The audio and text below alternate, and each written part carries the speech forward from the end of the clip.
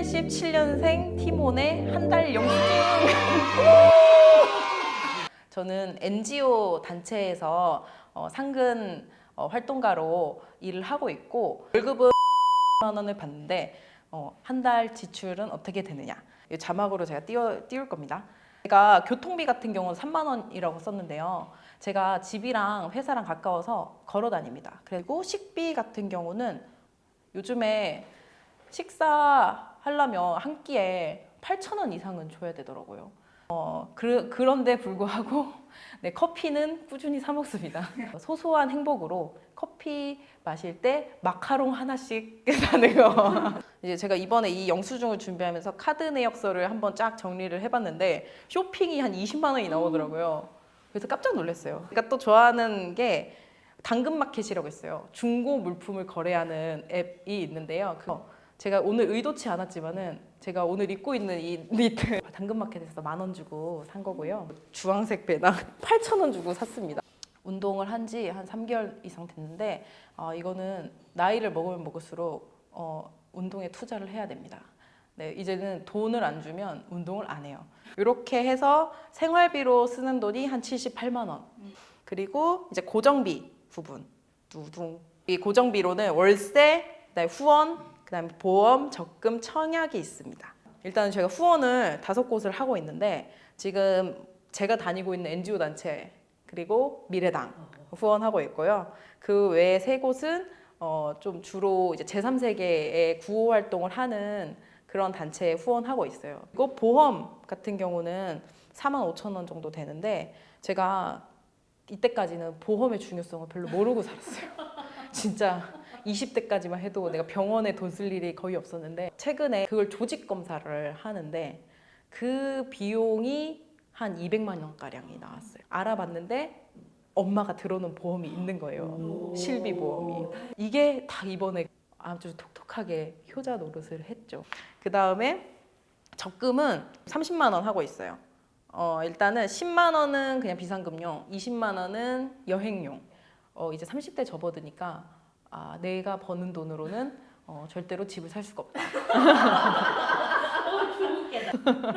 아무리 뼈 빠지게 모아봤자 제가 그 10만 원짜리 적금 모으고 있다고 했잖아요. 10만 원짜리 적금 1년짜리 이율이 5,000원 나오더라고요. 그리고 청약은 10만 원인데요. 이거는 엄마 명의로 된 청약입니다. 했는데 나는 집을 살 계획이 없다 보니까 이거 나 필요 없다. 뭐 해지해라. 뭐 이랬는데 엄마는 아직까지 미련을 못 버리셔가지고 나중에 진짜 만약에 내가 집을 안 구하고 이 돈을 쓸 일이 없게 되면 그냥 엄마의 노후 자금으로 그냥 다시 드리려는.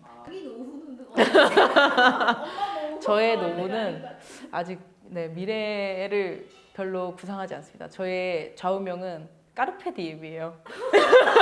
그런 다음에 이제 월세 부분이 있습니다. 월세가 22만 원이에요. 어떻게 가능하죠, 서울에서? 네, 제가 서울에 사는데요. 제가 쉐어하우스에서 살고 있어요. 여자 싱글 8명, 8명이 살고 있고요. 그렇게 하다 보니까 생활비가 엠빵이 돼서 22만 원이면 한 달 동안 먹고 살고 자고 할 수 있습니다.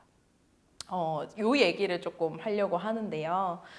저는 20대 후반에 독립을 너무 하고 싶었어요.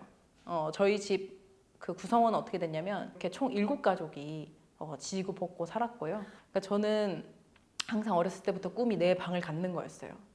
그래서 어떻게 하면 내 방을 가질 수 있을까? 그래서 20대 초반에는 독립은 그냥 결혼이었어요. 근데 그러던 와중에 아는 언니들이 서울에 집을 구할 거다. 너도 혹시 같이 살래? 30을 목전에 앞둔 그 시점에 나 진짜 독립해보겠다. 집을 떠나오는데 눈물이 나더라고요. 어떤 눈물이죠? 내가 그동안 이 내 삶의 결정을 계속 부모에게 맡기고 이렇게 살아오다가 어떻게 보면 처음 부모의 품을 떠나는 이제 부모의 둥지를 떠나는 느낌이었다고 해야 되나? 쉐어하우스 사니까 저는 이미 7가족이 사는 곳에서 살았기 때문에 사람이 많은 집이 부담스럽지가 않았어요. 불편하지가 않았어요. 그리고 저는 처음으로 제 개인 목욕 바구니를 갖게 됩니다. 또 대가족끼리 살면은 뭐 비누, 샴푸, 뭐 바디워시 이런 게 다 공용이에요. 그냥 엄마가 사오는 거 그냥 쓰는 거예요. 전 그게 너무 당연하다고 생각했어요. 근데 이제 언니들을 보니까 자기 피부 타입에 맞는 비누, 자기 두피 상태에 따른 샴푸, 다 있는 거예요. 그래서 나도 처음으로 나만 쓰는 그런 비누 막 이런 거 사는 거에 되게 행복감을 느꼈죠. 예전에는 집에 살 때는 엄마가 그냥 밥 차려주고 청소하고 빨래해주고 그런 걸 그냥 저는 받아 먹기만 했는데 이제 쉐어하우스를 하면서 이제 그런 역할을 나눠서 해야 되는 거예요. 엄마의 역할이 아니고 그냥 n분의 1. 그래서 밥을 지을 사람, 청소를 할 사람, 빨래를 할 사람 이런 거를 나눠서 역할 분담을 하게 된 거예요. 그래서 저희가 매일 아침에는 이렇게 역할 자기가 맡은 거를 하고 출근을 합니다. 그래서 지금 거의 3년이 다 돼가요. 같이 산지 3년이 다 돼가는데 크게 문제 없이 잘 살고 있고 생활비를 엠빵을 하다 보니까 인원이 줄면 생활비에 부담이 올라가요. 그래서 최저 인원이었을 때가 5명이었는데 그러니까 생활비가 10만 원 정도가 더 플러스가 되는 거예요. 그래서 이거 너무 부담스럽다. 그래서 사람을 더 구하든지 아니면 부업을 해야 된다. 근데 저희 집에 왕언니가 계시는데 왕언니의 그 정보에 따르면 저희 그 주택의 건물 관리를 하는데 그게 한 가구당 3만 원씩 걷어요, 저희는. 근데 그걸 곱하기 이제 몇 해보니까 이게 한 명분의 생활비 정도 나오는 정도의 관리비인 거예요. 오케이.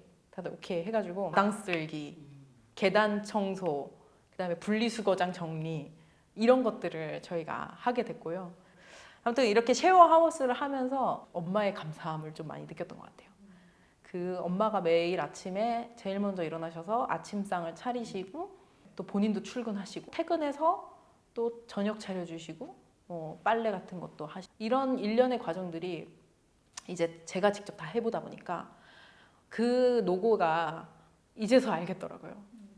그래서 보통 시집 가면 엄마가 얼마나 힘든지 안다라고 하는데 저는 독립하니까 그걸 알겠더라고요. 다양한 사람이 사니까 그리고 비슷한 또래 또 비슷한 고민을 하는 사람들끼리 사니까 굉장히 심리적으로 안정이 좀 되는 것 같아요. 네, 그래서 이렇게 제 생활비를 까발리면서 저의 삶을 좀 공유를 했고요.